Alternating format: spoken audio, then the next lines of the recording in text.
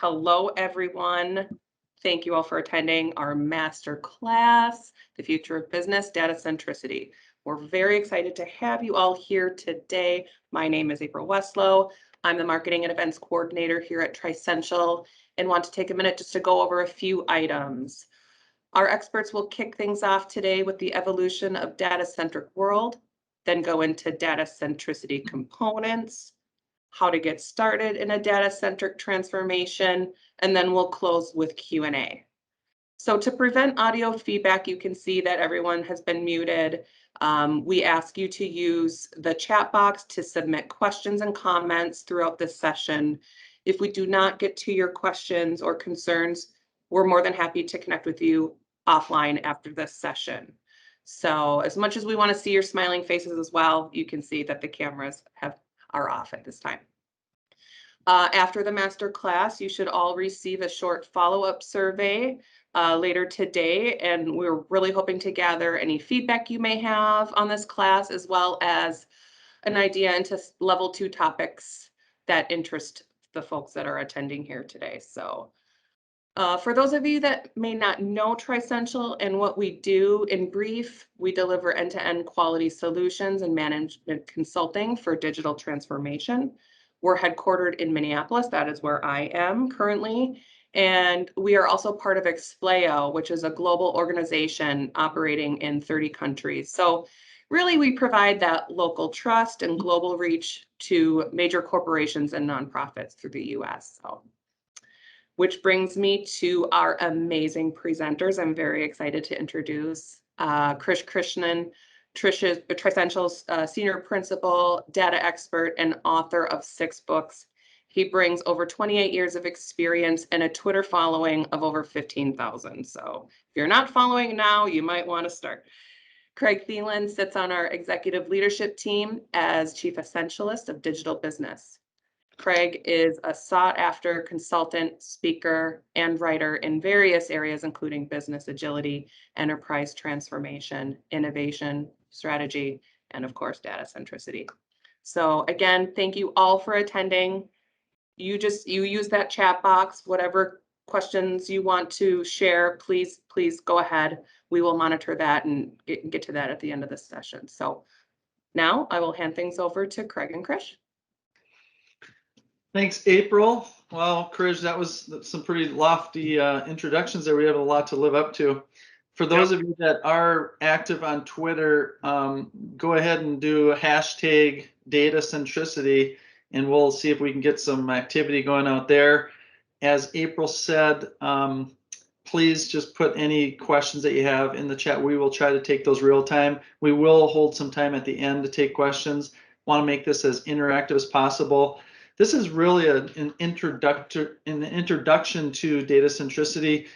We believe it's really an emergent way of thinking for many traditional organizations. There certainly has been certain industries that have been very much in that mindset for years, but it hasn't yet gone mainstream. We believe it's sort of on the edge of going mainstream. So we really are going to cover it at a very high level, really go a mile wide and a foot deep. There's a lot of different components when you think about being a data-centric organization. So we want to really just level set. What is it? How did we get here? What are those components? And hopefully, sort of stretch thinking out there and allow you and us to go, even deeper in some of these areas going forward. So with that, I'm going to talk a little bit about how did we get here, and how is this sort of precipitate, kind of evolved over time? If you look at, the world, in terms of companies that are really winning, really succeeding, the landscape is changing quite rapidly. If you just look at 2000, 2006, 2011, 2016, it's been a massive shift. The most valuable companies in the world clearly are high-tech companies, and we would argue these are all data-centric organizations. So they've really understood that data is a huge asset. They've learned to monetize it. They've built their organizations around it, and it's a big part of their products and services is the valuation and the monetization of data. For those of you that want a little bit more current take on this, the right-hand column is as of 2 days ago, and it's still 6 out of 7 are technology/data-centric organizations. We got the Saudi Arabian oil company that sort of made its way in there. Number 8, by the way, is an interesting one. That's Tesla. Tesla is now worth more than the top 4 or 5 other auto companies in the world. And one would argue they're a car company. In reality, they're a technology company, and they're very much a data-centric organization. Every single Tesla is really a data center that processes over 2,000 frames per second, sends it back up to Tesla, part of a neural network, part of a constantly learning autonomous vehicle and platform. And that is one of their biggest assets, actually, is they have billions of miles of autonomous driving that they are learning from, and they're way ahead in the marketplace, and the market has rewarded them for that. And it allows them to really deliver their technology and advance it even further. So that's just an interesting note. If you look at other major innovations that many organizations are really investing in and think that it's going to be the future value for them, are things like IoT and mobility has exploded, virtualization, blockchain, which is really intermediation, robotics, mobility, AI, machine learning. These are really high investment areas, and if you think about all of them, fundamentally sit on data and leverage data as sort of their sort of blood and lifeblood, so to speak. And so the mastery of data and the ability to leverage data and consume it is critical for leveraging these technologies and any other sort of advanced technologies to come. Obviously, I think we all know that data has exploded. At one point, I heard a few years ago, every year the world creates more data than the history of the world combined. I don't know if that trend is continuing, but you can see here that every 5 years, data in the world quadruples. And it's going to continue to do that for some time to come, every device, every person. Another interesting fact is that by 2025, about a quarter of the data is going to be real-time data. So data that literally is created moment by moment. These are the the tweets, the Snapchats, the Facebooks, the YouTube videos, the IoTs are where that's creating this data real time. And for a lot of organizations, it's their ability to learn from that and capture that to make business decisions rather than data that's 6 months old, 12 months old, very transactional in nature, which is primarily what we've been working with for the past 20 or 30 years. So that's an interesting trend. Chris will talk more about that. You look at the job market, I think this is also a good clue or indication of the value that data has. Out of the top 3 fastest growing tech occupations, 2 of the 3 are focused around data. There's 3 times more job postings than there are even searches for data scientists. I heard another stat. There's in the U.S. alone, there's 1 million software engineer shortage. And so obviously data is a big part of even that. And so it's a scarcity, and that's probably not going to change anytime soon. High demand. So a little bit of, again, about how did we get here. And Chris has written a lot of books about data and analytics over the years, but I think this helps just understand where we are and how we got here. Obviously, data processing was really focused when the advent of the computer came about, and how do we just even capture, how do we digitize things that we did manually? How do we capture the data? Then we got into sort of the ERP world. We started building these big applications. We started plugging them together, and they started creating a lot of data. And so then we started saying we need to report on that. We need to make decisions. And that really was the start of the data-driven sort of focus in a lot of organizations based on lean thinking, based on systems, based on applications, creating data. How do we make decisions on that?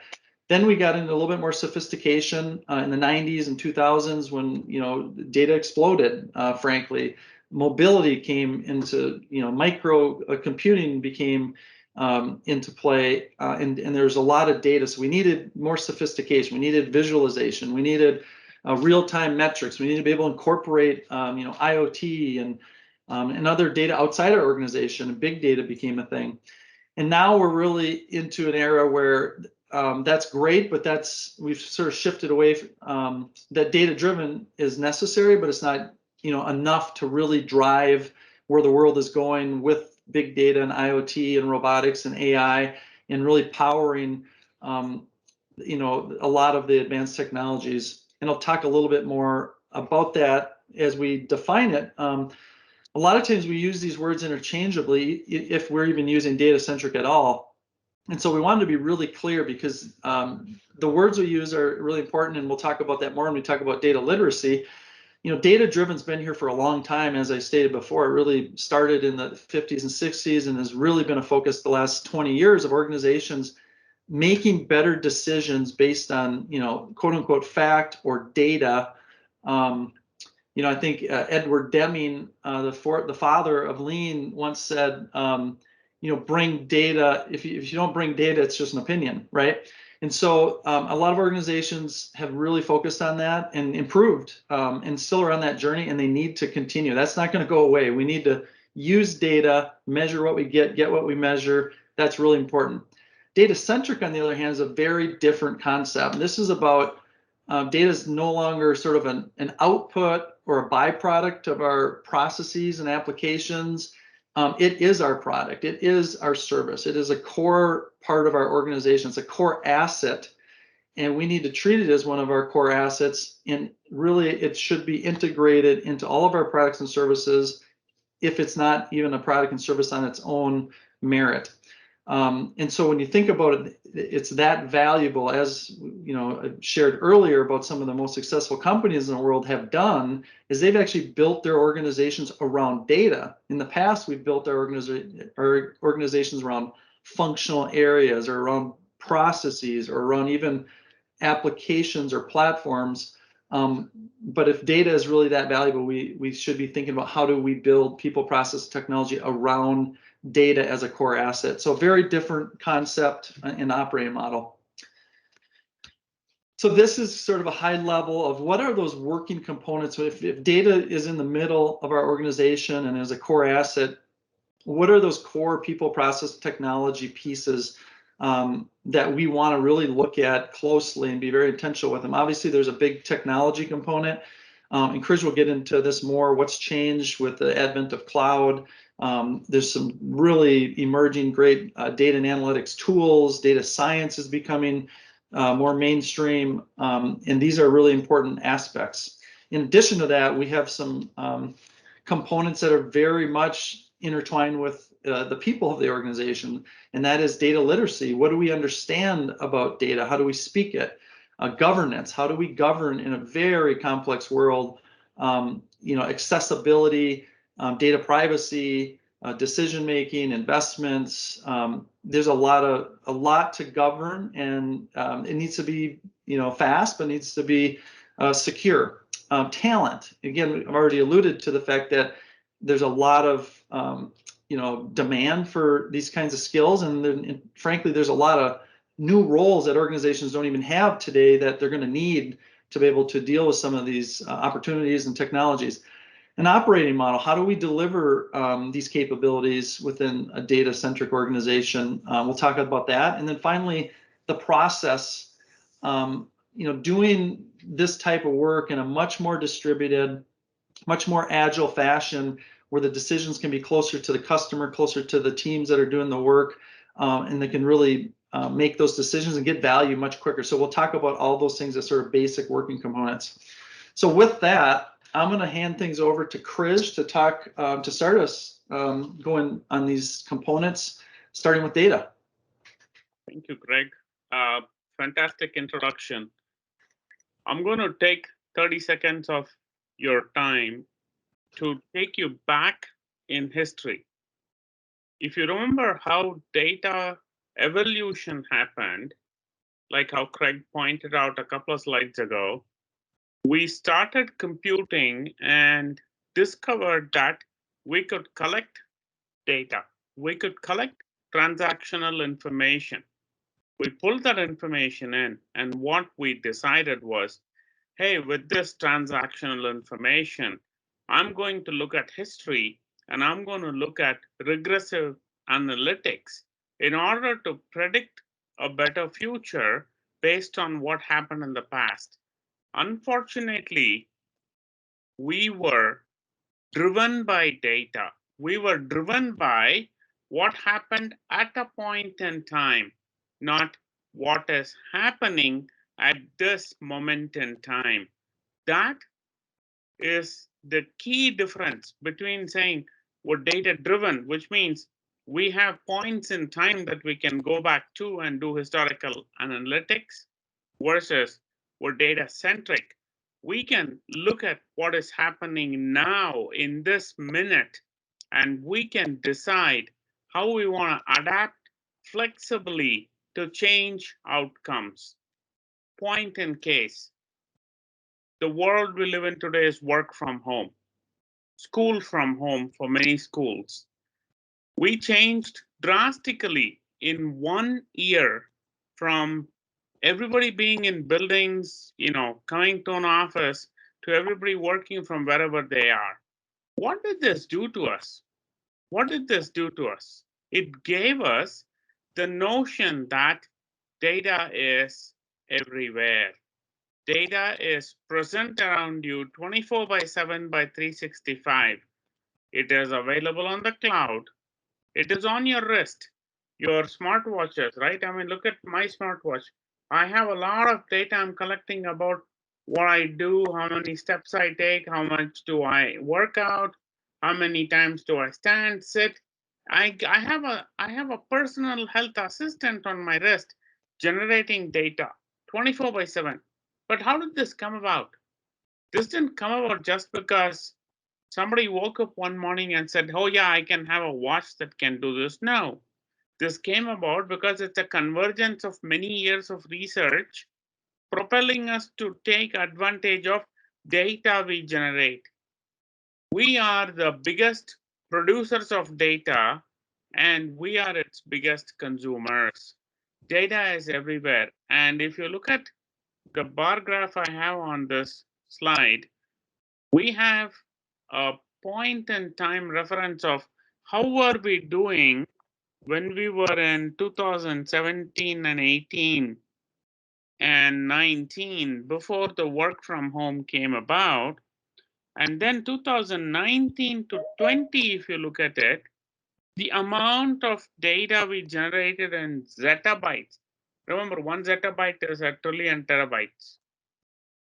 A zettabyte. So we generated roughly close to 23 zettabytes in volume. 23. I mean, this is not simple.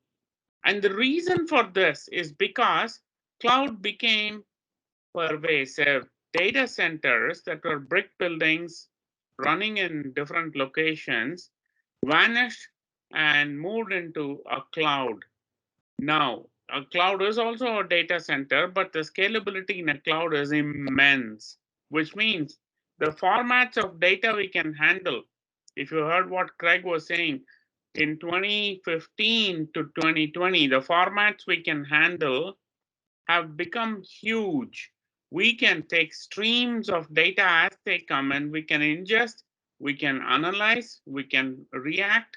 We have all the abilities to scale up and scale out without having to worry about the spend, without having to say that, oh my God, I'm doomed. I'm growing by 10x, 20x, 100x, and my systems are going to crash. No, no such issue is going to happen. Now, how did we reach this tipping point? Yeah, the Bay Area companies did something. They did something in retail, in e-commerce. We learned, and now we are applying that to all the other industries. But what did we bring as the best practices? We are now designing self-service models of consumption.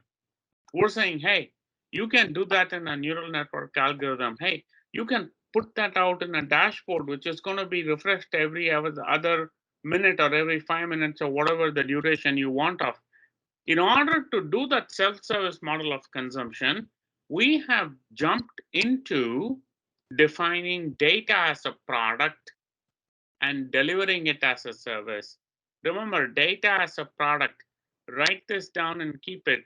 Whichever industry you are in, if you are not thinking data as a product, you will be left in this fast race of data driven to data centric in the silos that you created without being able to become smart. Now, what does change then? What does change if you become data centric? If you ask me this question, Craig and I, in the last 2 years of what we have done in strategic consulting engagements, have been able to consult and coach and arrive at quantitative, qualitative, analytical, patternistic, and integrable data that can be harvested and harnessed non-stop. By who? Not by IT. IT's role is facilitation. This last bullet that I spoke about is business owned, SME driven, and obviously the results are valued by the leaders in the organizations. This is why data is the first most critical component in a data-centric strategy. Craig, if you want to go to the next slide. Yeah, Chris, one question I want to ask you, because we get this a lot, is there's a lot of buzz about cloud, moving to the cloud. So the question is, how does the cloud, which has got immense power of scalability, it brings storage and compute together. There's a lot of a buzz around that. Obviously, big guys in the market, Google, AWS, Amazon, and IBM and Microsoft. But how does that change the game when you think about this move to data centricity? And is it really, sort of a one size fits all solution or a fast track to data centricity? Well, yeah, you're bringing up a very valid point that is worth spending a few minutes on. Reason being, why is the cloud, an accelerator, if you will, and what does moving to the cloud mean in terms of data centricity is your organizational data that we have built as the data warehouse is very small. So we want to make sure that we have the bandwidth to absorb all data that's transactional and then bring in external data sources that are necessary to understand how Porter's quadrant, if you would, Michael Porter's quadrant of what is crushing you in competition versus how are you crushing competition, how is your blue ocean strategy paying its benefits? All of those questions largely mean you have to scale up compute and then scale down. That scale up compute and scale down is automatic in the cloud. Take any of the big guys in the cloud, you will hear them all say a magic word when you talk scalability. They'll say Kubernetes handles it. So now Kubernetes is open source. It came out of Google and Google is having it on, and that's how they have got success. That's how IBM has got success. That's how Microsoft is getting more success. So the cloud is definitely the accelerator as it gives you that immense capability to integrate all kinds, all formats of data near real time to real time. And the consumption model that we're talking about is basically through analytics and through data science. And one of the things that Craig will talk about in the next few minutes is the skill shortage of data science and how we need to address it. But if you look at what we're sharing with you here, that information portal, easy to do, Tableau, ThoughtSpot, any of those visualization tools can help you do that. Move away from just a dashboard, the nice to have, real-time pieces. Come into the analytics workbench. We have evolved. Gone are the days where we used to be controlled by SAS or next best tool, SPSS. Now we are RStudio. We are more open. We are open source algorithms. We want to use more and more Apache ecosystem to do analytics workbench, which means at the click of a thumb like click snap, you can have 200 algorithms stood up. Now question is, how does data get into those 200 algorithms? Which algorithm of the 200 is your best bet for what you want to do? That is where the workbench comes in for doing data exploration, and then fast track from exploration into production because you are on the cloud. But wait, it's not that simple. Analytics is never simple. So what do we need to do? We need to have a data science laboratory. Why data science? Data is just information, which is both noise and value.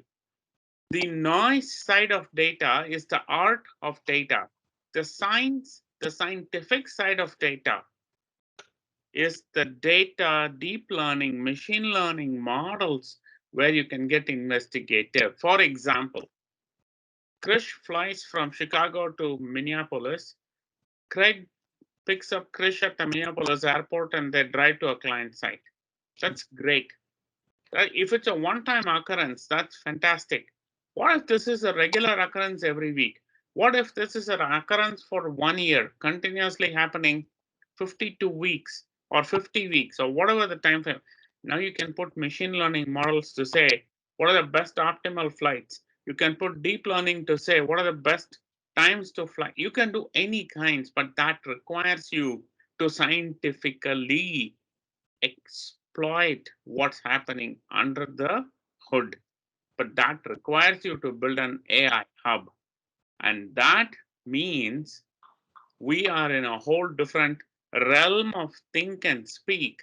And as I am looking at universities, and I keep talking with Craig about this day in and day out, and I talk to students who are in their undergrad or in their masters, not the PhD. Those are like really, cool kids to hire. But these kids who are in undergrad or in masters, their thinking is way different than what we used to hire 5 years ago. Way different. And I'm talking about across the world. So this is our experience that in order to deliver this integration, the sophistication, and what we require, analytics and data science are the two best known innovation that is going to take us to the next edge. Now, that's not the stopping point. This is the starting point. Craig, your thoughts? Yeah, I think we'll shift to data governance here, but I think the two things that are also interesting that may not jump off the slide is that to get data science to be self-service, and there's some really powerful platforms now in softwares like ThoughtSpots of the world that can really do self-service data science versus there's hiring very high-end expensive resources that take months to do discovery. So that's a really interesting thing. And then at far right, the video image analytics, because a lot of the content, the real-time content, is not transactional data. It's actually video and image. And to be able to really decompose that, like Tesla, who does 2,000 frames per second, how do you analyze that and apply data science? Those are really interesting areas. So next topic here, Krish, is data governance. So why is data governance important? A lot of people, this is my personal experience, right? I mean, a lot of organizations cringe when you say governance. They're like, oh, we don't want to be put under the microscope. We don't want to be examined for how we put. No, the whole notion of what data governance does is it gives you analytical, integrable, accessible set of data which is useful to the organization and the business teams. Those business teams will put policies on how they want to use that same data. Sales versus marketing, marketing versus inside sales versus projects. Now, policies will help you dictate how the same data can be harvested for betterment of, performance, which means we're talking about engineering efficiency improvements in the backend systems, which to a large extent in data science, especially machine learning and deep learning, this is something that's very critical to understand. And data governance gives you the ability to put that scope, and that scope then means, hey, I can create data catalogs. I can actually put metadata that's driven by business, and then I can bring in data quality and I can bring in transactional volumes of information that can be harvested by anybody across the organization. One example, a quick example I'll give you is medical imaging, DICOM. Think of breast cancer. I mean, I was reading in the Journal of American Medicine that today with X-rays of DICOM images, we're able to detect breast cancer. Gone are the days when you had to put somebody through massive MRIs and color diagrams and tests and all that's history at this point. We're at that moment where those enterprise data sources are delivering massive value, which means master data management is a very much must have. We're not running away from anything. To become data centric, we need data governance, which will bring metadata and master data, thereby harnessing operations. And the beauty is that cybersecurity is built into this thread in data governance. And then your single source of access, dashboarding, all that becomes an easier piece to resolve. Now, there is a lot of action to take here. Remember this, nothing is ever simple. If it was that simple where you just buy a product and plug and play, it would have been easy. No, you need some strategy, you need some vision, you need some implementation, but this needs to be done different in the digital world. And one of the ways in which I have seen this succeed really well is what Marty Kagan captured in his book Inspired as objectives and key results, OKRs, which is a very nice topic to discuss in its own sense. But that's the book where Marty Kagan has written some real good stuff. And data governance is going to live for the next 50 years and progress further. That's so, my Krish, that's a great point. These components, data governance has been around for a long time. You could argue whether organizations are doing each of these subcomponents effectively or not, but how has it changed? And I think the next slide will talk a little bit about this in a world that's, yes, we still have some controls and regulations, compliancy, but we have data science, we have agile teams working with data, we have data from the outside, we have these very sort of volatile, fluid environment. So how has data and analytics governance changed, or what does it look like? So you bring up a very easy point that I can use as an example, GDPR. How do US companies make sure GDPR is implemented, right? Take that as a case. Control is basically all the rules that you have to have where you do not store any of the data for your European prospects or your European customers. But then how do you run predictive analytical models for them? How do you have your outcomes defined for them? And how do you make sure that those outcomes are driven by agile techniques, which mean you're not waiting for 6 weeks to 6 months to 1 year for getting access to any data. You get access to data at that moment in time, as that moment in time is happening. But more importantly, how are all these pieces driven through autonomous models? Now, the complexity and the maturity required to answer these questions is immense. And yes, we do have data governance multiple times done in organizations, analytics governance, AI governance. I mean, you remove the term data and you put anything else you want in front of it and add the word governance, people assume it's going to run. No, it's not that simple. There are pieces of policies that you implement, processes you implement. For example, by implementing GDPR in one hotel chain, a customer of ours, we told them how easy it'll be for them to replace European customers and put California customers instead and run the same process. Now, how do you make sure the process runs the same? That is driven by outcomes. How comfortable are you in testing this? We're not going to rebuild anything. We're just testing it. That's where agility comes in, where you'll use data science labs, and then a lot of work is driven by those labs which have neural networks. But each of those are governance policies. Those can be implemented adaptively. It's a plug and play. So you build once, reuse multiple times. That is the significance of this governance adaptation. Very good. And I think we're going to shift here to the next topic. But one thing that just had a conversation with the client yesterday that I think was very good point, and something that, Chris, we've experienced as well, is as you said, governance sometimes has a sort of a bad connotation. It's what we have to do, and we've got to, that bottom box of control. We have to be compliant, and we're going to be the governance police. But in modern governance, you're adding as much or more value than you're asking in terms of people complying, because there's a huge amount of value in having a data catalog that you have all of your assets and they can be quickly used within minutes rather than someone searching or having to talk to people or having to reinvent the wheel. As just one example. So I think that's what modern governance looks like, is really driving a lot of business value in an organization, not just checking the box. Yep.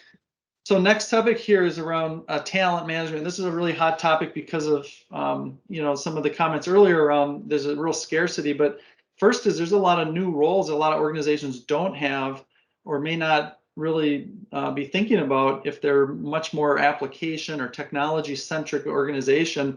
And the interesting thing is that these aren't all IT sort of roles. These are business roles, citizen analyst, information steward. You want these folks to be as close, information product manager. The advent of the chief data officer, chief data and analytics officer, this is a role that didn't exist 10 years ago, except for a handful of companies, and now it's a very common role. In fact, I think of something around 30% of organizations now are either have one of those roles or are moving towards that role. So the sort of the skills and talent required is a big game changer. And I think the point we would like to make is you really need to be thoughtful and intentional about it. Many of these folks don't exist in organizations today, and your likelihood of hiring them all is not very good, or they're going to be extremely expensive. So really need to think about, how do you develop people? How do you get people to be coached? How do you get to hire, in some cases, some of these skills? How do you bring in outside expertise through consulting or contract organizations? You really need to look at all aspects. Even for us as an example, April mentioned we're in 30 countries. We have 7 global delivery centers that have some of these skills that can also be another avenue. So it really needs to be a thoughtful approach about how you build these capabilities over time. Data literacy is a great topic. I think it's really under leveraged in organizations. If you're really going to move in this direction, you first need to understand it. And if sort of the analogy I would use is the old one about if the only tool in your toolbox is a hammer, everything's going to look like a nail. So if your only toolbox, Chris talked about creating dashboards, creating reports and dashboards.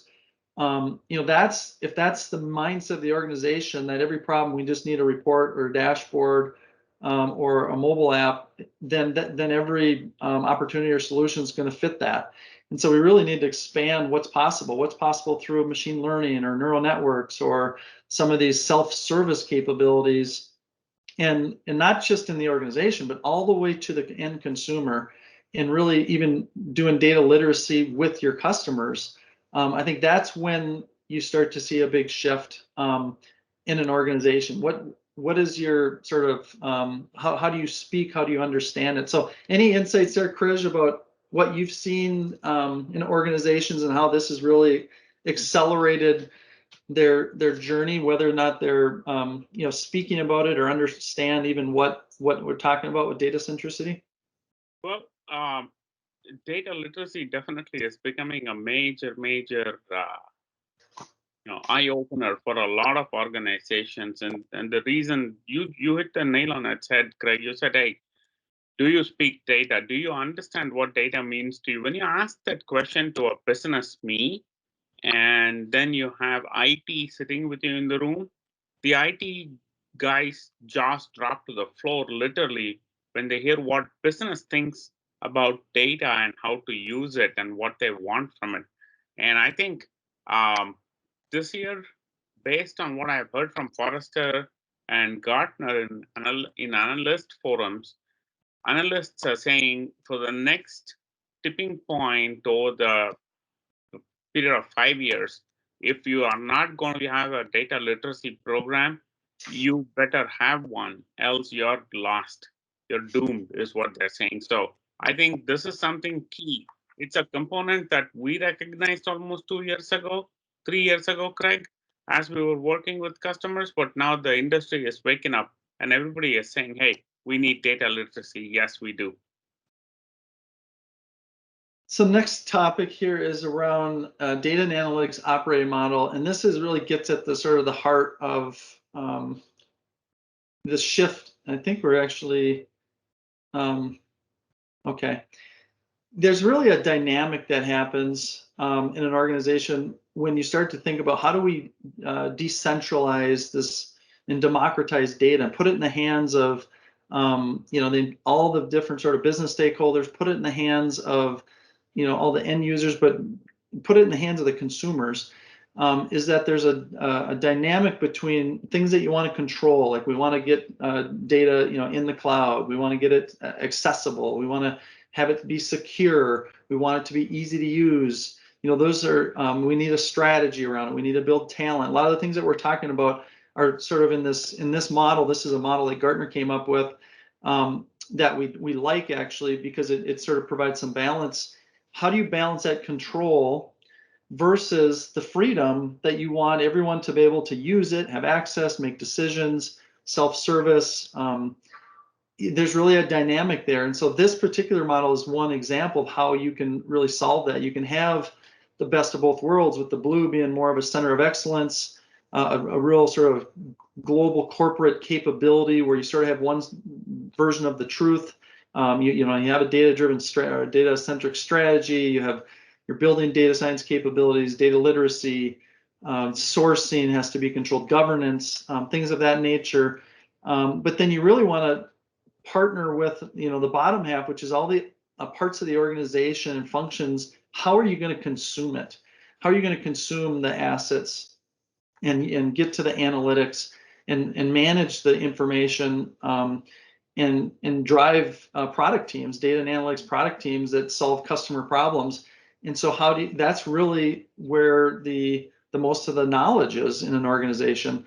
And so balancing both sides of this coin is really a different way of operating for a lot of organizations. It's not submit the request and we'll get back to you. It's really teaching them how to fish, but also learning from what's really needed. What are the customers asking for? What are the opportunities that a certain product team may have discovered that we need to investigate or put more effort into and solve? So this is an example of an operating model that can really help execute on this vision of data centricity. Any observations, Krish?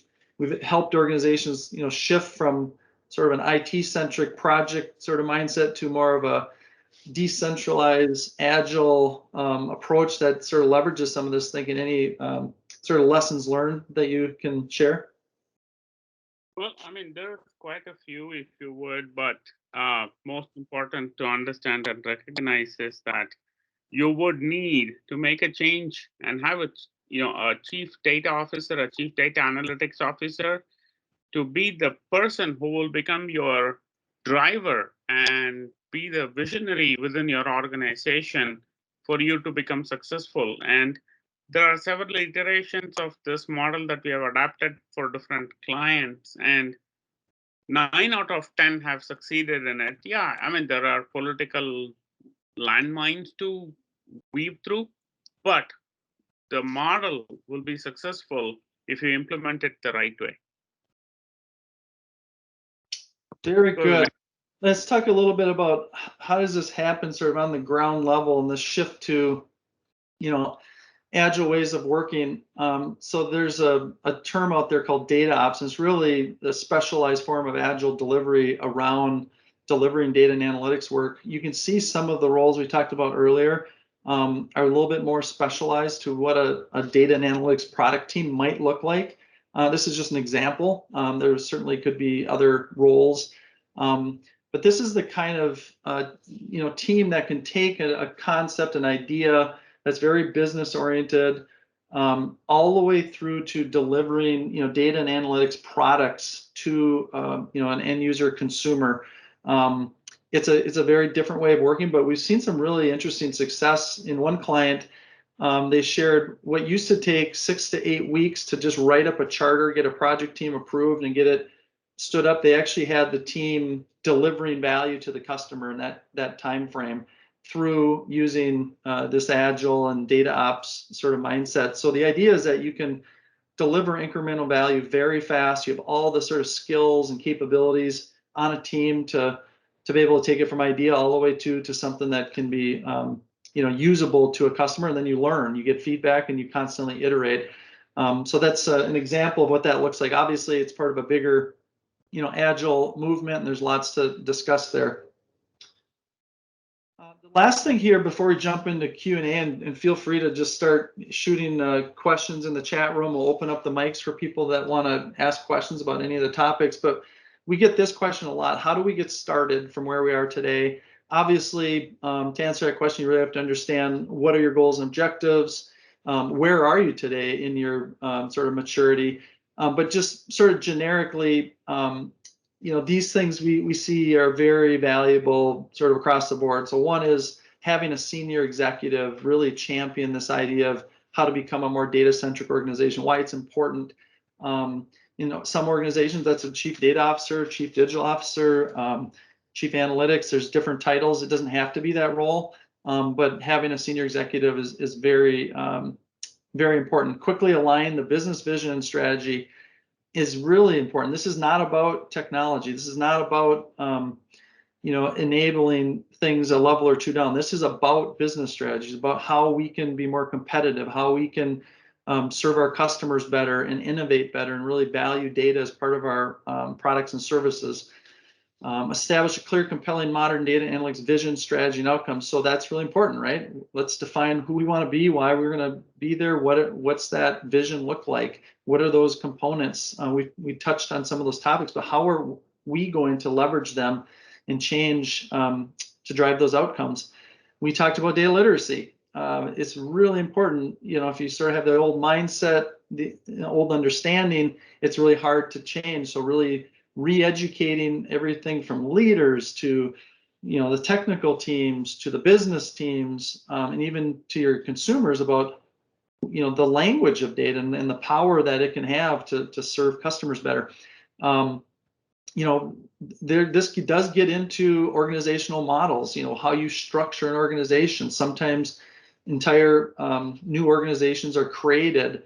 We've talked about ways of working, how you fund and create teams and deliver this work, how you do governance, how you develop skills. These are all different organizational models that you're going to want to look at and say, how can we organize better around data as an asset, not trying to use just existing org structures. And then finally, you need to really think about how do you put a lot of momentum, investment, and focus on it. Typically, that's some sort of transformation effort or team. Really to accelerate that, tap outside expertise to accelerate that, get lessons learned. I mean, there's been some industries, in particular high tech, some of these companies that we shared on the very front end, they've been doing this for a long time. Retail's been in this space for a while. So there's lots of expertise out there and experience. You have to find it and you have to bring it in and help you learn some of those lessons. And then finally is really think about continuous improvement and this notion of plan, do, check, adjust, which is don't try to bite off too much and create a 3-year transformation plan and all the values at the end. Really launch pilot teams, launch teams, learn from them, grow, reflect. This whole agile continuous improvement mindset is incredibly important. The world's changing very fast. Some of these technologies are changing. You're going to learn a lot from jumping in and starting the effort and never stop learning. That's part of the opportunity. So with that, we have saved a few minutes here at the end for questions. I'm going to hand things back over to you, April. If there's anything from the chat or if anyone wants to raise their hand with a live question, we'll take those now. We do have a question in chat. I'll just start with that. It says, how do you see companies capturing data via blockchain, smart contracts, and making it accessible to ERP and CRM and financial systems, et cetera? Yeah, I'll start with that. That's a great question. And Chris, feel free to add to it. But we're seeing some real innovation happening. We all think about blockchain in terms of cryptocurrency, and there's a lot of news about the Bitcoins and Dodge coins in the world. But what we're seeing more broadly is a lot of innovation around how to use blockchain to run an organization, to run supply chain, to have smart contracts, to communicate in a very secure manner, which obviously cybersecurity is a huge risk today, but it's a very efficient mechanism for organizations to think about using. And again, it's all based on part of your data strategy, but there's a lot of, I would say, innovation happening in that space. It's super immature. I mean, again, most blockchain is being thought about from a cryptocurrency standpoint, but there's a lot of uses for it. And I know one organization that is doing identification in Africa because identification is really a problem there in terms of people being able to get a credit and be able to get access to money in using blockchain as an identifier of people. And so it's an entire sort of ecosystem based on blockchain. So that's just a few different thoughts. Chris, you have anything to add to that? Yeah, just to add to what Craig said, you could use if I wear my technical hat for a minute, you could use blockchain APIs that are provided by the vendor. So Ethereum has their own APIs to pull data out. Bitcoin has their APIs to pull data out. So a data-centric strategy is where you would use APIs to pull out what you want in the context of a blockchain transaction and then pull out those elements from a context of time. But that it is a subject of its own as we want to discuss it. But those APIs are available to pull out information.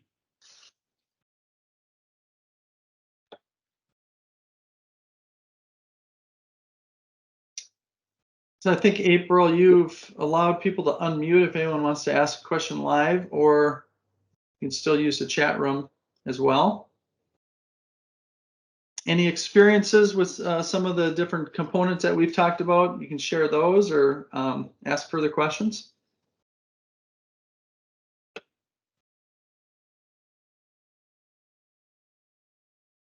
I'm going to share both of your emails in case maybe people have questions and they prefer to take them offline. Looks like we have one coming in, but I'm just going to go ahead and share those in the chat here. Sure.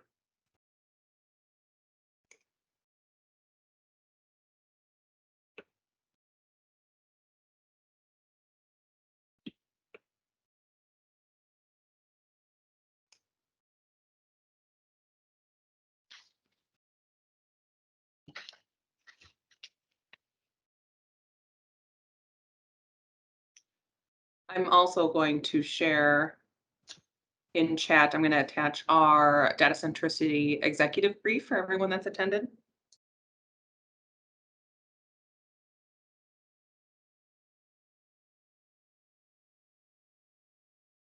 But we are typing. There is someone currently typing, so.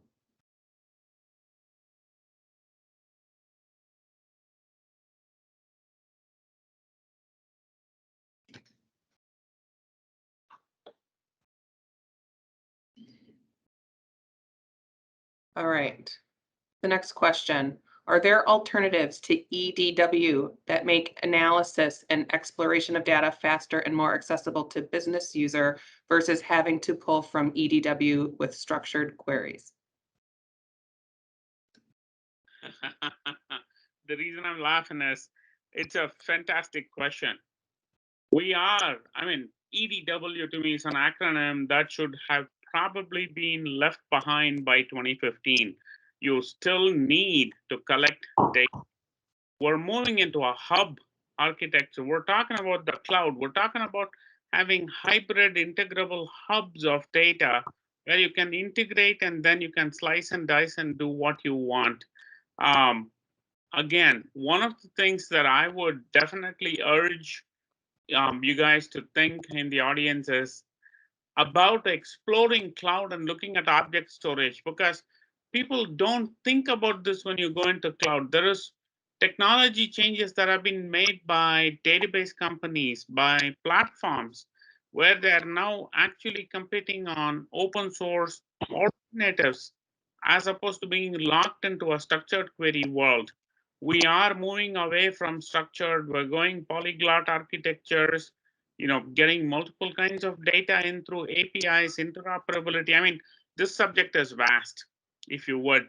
So yes, you don't have to be bound into a structured query world at all anymore. Greg? Yeah, I think you got that one. We got another question here. What is the best ways to get the data? So this I would assume is third-party data, external data, which is the part that's really exploding. And do we trust it? Obviously, that's a big concern. So best ways to get data could be any which way you want to ingest it and acquire it in. You could subscribe to a service that's a trusted service provider. You could get data exchanged with customers, with prospects, through interoperable data exchange mechanisms. But the key point in governance is that you would need to have somebody who's going to say, I trust the system, and they have to say why they trust it and how they trust it. And then when data comes in there, you run the analysis. And one of the additions you asked is, how is this different than the political data and analysis? Absolutely. If you take the political route of data and analysis, there are some, I'll take Harry Potter, my most favorite set of characters. There are some Dumbledores that are going to be like tweaking their beards and saying, well, we know the best and this is the only way to go. And then you're going to have some of the new wizards that are just going to go zip, zap, zoom, and they're going to be able to show you information.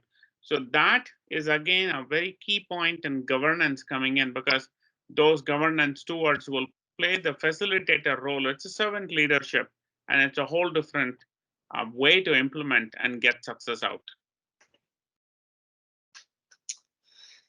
Okay, thanks, Krish. I think we're at the end of our time here. So if there are any further questions here, we'll capture them, get back to you, but feel free to use the contacts, and we will follow up with the survey, as April said. And thanks everyone for your time, and enjoyed the conversation with you all. Thank you all. Have a good day. Bye-bye.